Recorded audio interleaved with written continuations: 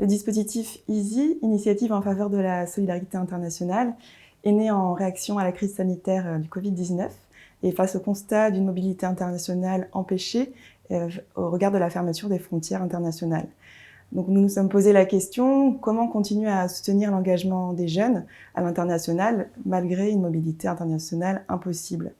Et deux idées en ont découlé. La première, c'est qu'il fallait innover, expérimenter de nouvelles manières d'éprouver la solidarité internationale. La deuxième idée, c'est qu'il fallait continuer à soutenir l'engagement des jeunes en temps de pandémie en préparant la reprise des mobilités dès à présent. Pour connaître les impacts de la crise sanitaire, le FONJEP a lancé en mai 2020 une enquête permettant justement de savoir quelles étaient les conséquences de cette crise sur les associations porteuses, sur leurs partenaires aussi à l'étranger, sur les jeunes porteurs de projets eux-mêmes. Et ce qui est ressorti, c'est que les jeunes expriment un réel sentiment de frustration, une forme de perte de repères et même une démotivation. Donc il y a eu un réel enjeu pour les associations qui les accompagnent de remobiliser les jeunes et de pas justement perdre le lien existant. Et c'est quelque chose qui est particulièrement ressorti pour les structures qui accompagnent des jeunes VVVSI, c'est-à-dire des jeunes qui ont un parcours de vie peut-être un peu plus compliqué, qui sont éloignés des mobilités et pour qui la visioconférence n'est pas forcément un outil adapté pour garder le lien. Il y a cet enjeu de remobiliser les jeunes à distance qui a pu freiner aussi la cohésion de groupe et nuire aussi à la co-construction des projets et à la préparation des jeunes en vue de leur départ au sein du pays partenaire. Le dispositif EASY a été élaboré extrêmement rapidement.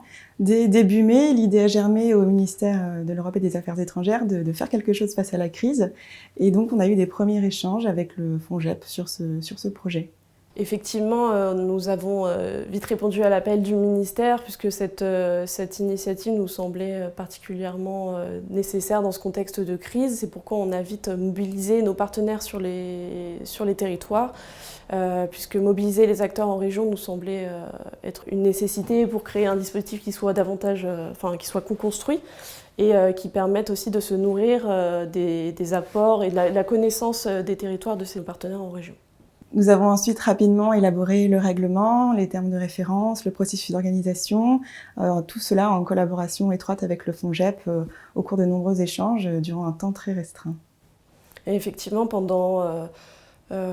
ça a été très rapide. On a eu 2 ou 3 semaines pendant lesquelles il a fallu très rapidement co-construire ce dispositif, rédiger le dossier de candidature, la grille de sélection, etc., etc. Donc ça a été un challenge de réaliser cet appel à projet dans un temps si court. Mais voilà.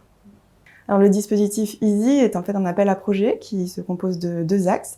Le premier permet de soutenir des projets de jeunes en faveur de la solidarité internationale. Ça peut être par exemple des échanges de jeunes en visioconférence, en ligne, qui permettent de maintenir le lien entre des groupes de jeunes français et des jeunes du Sud. Le deuxième axe, ce sont des projets de sensibilisation des jeunes à la solidarité internationale.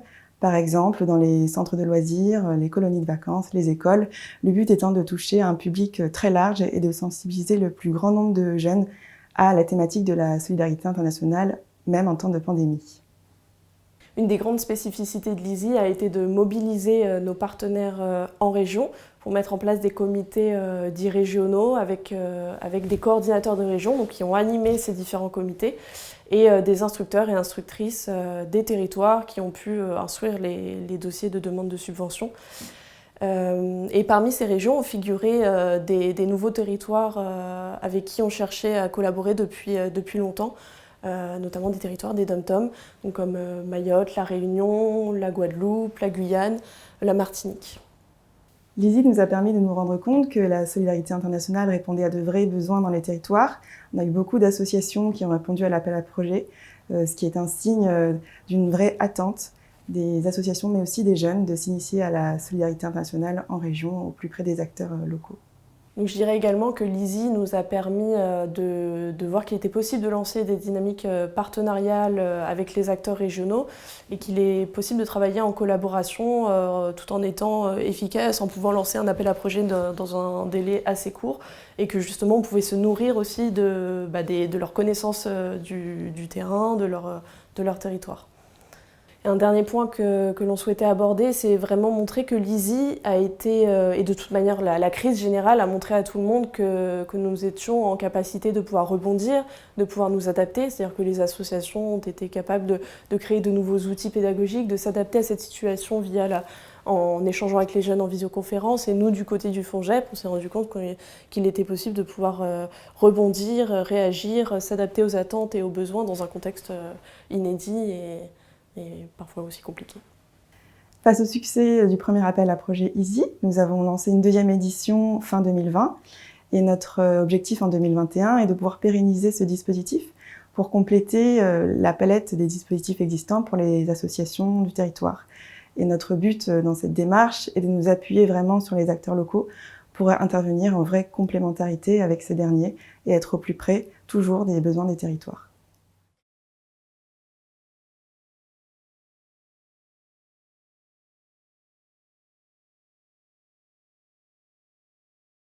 Mais c'est vrai que cette crise, ça nous a beaucoup impacté.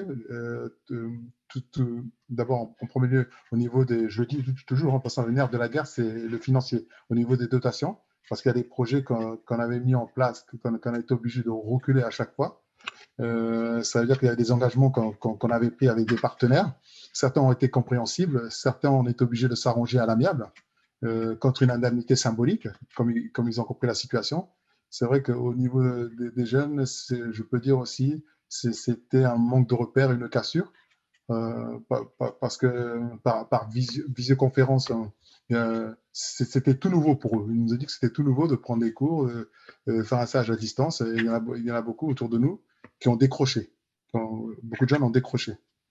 Et après, au niveau du travail, ça a fait qu'on a été obligé de réduire un peu l'effectif. C'est-à-dire qu'on était, au début, on pouvait se retrouver au sein de l'association à 6, 7 personnes. Là, on est obligé d'être à 3. Ça veut dire que bon, on a priorisé plus les projets actuels. Il fallait quand même qu'on les finisse. Voilà, c'est vrai que ça a remis en question tout notre travail et ça nous a permis aussi de réfléchir comment nous réinventer, comme on a fait un débat, comment pouvons-nous nous réinventer face à la crise sanitaire, crise Covid-19. Les jeunes ont cherché l'idée. Ce qui en est sorti, ça a été plutôt un recueil de slam, chansons, en images, une chanson aussi, qui pouvait coécrire les gens du Nord et du Sud. Ils ont appris beaucoup. Voilà, c'est vrai que notre outil de travail, les réseaux sociaux ont très bien marché. À partir de ce projet-là, il y a eu une adhésion. C'est-à-dire que nous-mêmes, nous avons vu une augmentation aussi du nombre de personnes qui nous suivaient par rapport à ce projet folle pandémie, du slam, l'écriture. Nous avons créé un groupe WhatsApp. Chacun a pu poser les questions, a pu se renseigner sur le sujet, on a pu même s'échanger. Ça nous a permis une certaine réactivité du Sud, les jeunes du Sud. C'est vrai que c'était plutôt les connexions Internet qui coûtent cher. Quand je dis coûtent cher, l'utilisation, le débit, c'est ça la plus grosse problématique.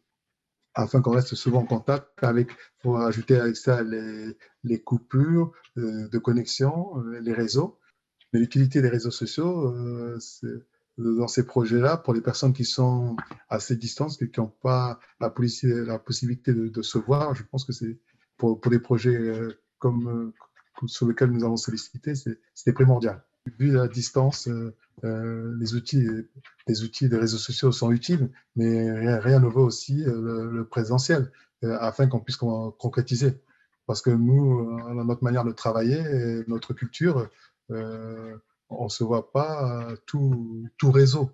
On a besoin de contact, de chaleur, voilà, parce que même une poignée de main, un regard, là devant un écran, c'est froid.